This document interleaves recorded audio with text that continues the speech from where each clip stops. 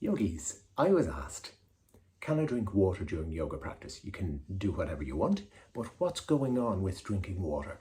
Well, traditionally in yoga, you are trying to, in your asana practice, your physical practice, you're trying to build tapas. Tapas is fire, and you're trying to build that heat to ignite your practice. And ancient yogis would say that then if you're guzzling water, you're going to be quenching that tapas. Now, in more recent times, with the advent of hot yoga, obviously in hot yoga, just the physiology of it, you do need to drink water.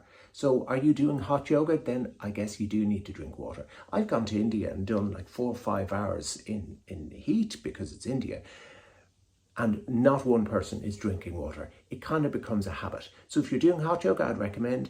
If you are doing regular yoga, do you really need to? Explore it next time you're on your yoga mat. Yogis, I was asked, is it better to do yoga with or without props? Props are your friend. Props are your support. Props are your toys. Why not use a prop? I would say don't rely on a prop. Why do we use props? We use props if we can't do a pose to get us into a pose. We can equally use a prop to make a pose more challenging. People don't always realize that. We can use props to change a pose, you know? And what I always recommend is some days use it, some days explore it without it. Don't always use the same prop in the same way because it just becomes habitual. But use it to enhance the practice, and then now and again do it without. If you always use a belt around your elbows in some pose, you will never be able to do it without the belt, you know? But that same belt may get you into the pose. Get on your mat, try it. Yogis, someone asked me today, can I roll to my left coming out of Savasana? You are just trying me now. You're just taking the... You can roll whatever way you want. Why do we tell people to roll to the right? Can I be honest? My personal opinion, classroom management, so they don't roll into each other's faces, okay? You're going to be given various reasons. The sort of metaphysical one is the nadis. Come on, you know, you lie on your left side or your right side for 4 hours a night and there's no problem at all. Someone else has said to me that it is to do with pressure on your heart. You lie on your left side or your right side for 4 hours and your heart is not affected. It's not that. Equally, if you stand on your head, there's extra weight on your heart. It's good to put your heart under healthy stress. Roll to whichever side you want, but when you're in my class, probably roll to your right side so you don't roll into someone's face. Yogis, I was asked by a beginner, what is a good style of yoga to take up as a beginner?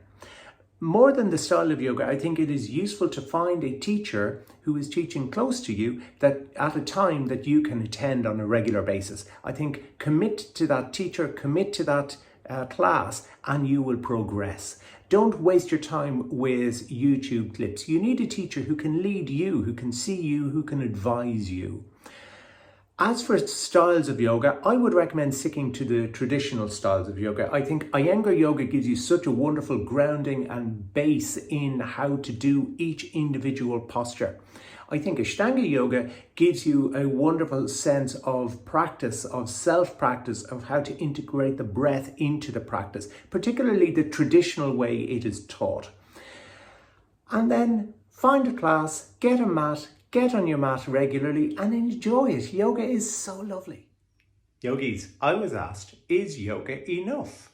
Is yoga enough? I assume the question is yoga enough to support my body? Is it strengthening? Is it conditioning? Yes. Yoga is so vast, really. There are so many styles of yoga that offer so many different things. Different styles offer different approaches. You know, the vinyasa styles, Ashtanga yoga offer great upper body strength. The likes of Iyengar yoga offers great lower body strength. All of them build the endurance muscles in your body, the standing for 8 hours a day muscles. They don't give you the showy muscles so much. The one thing I feel yoga is lacking is there's not a lot of pulling. I've got ropes here beside me that I use for getting that kind of rowing work to strengthen my upper back. Other than that, I really feel, yeah, it's all in there with yoga, and you get the mind workout, or would you call it a work in? It's all there.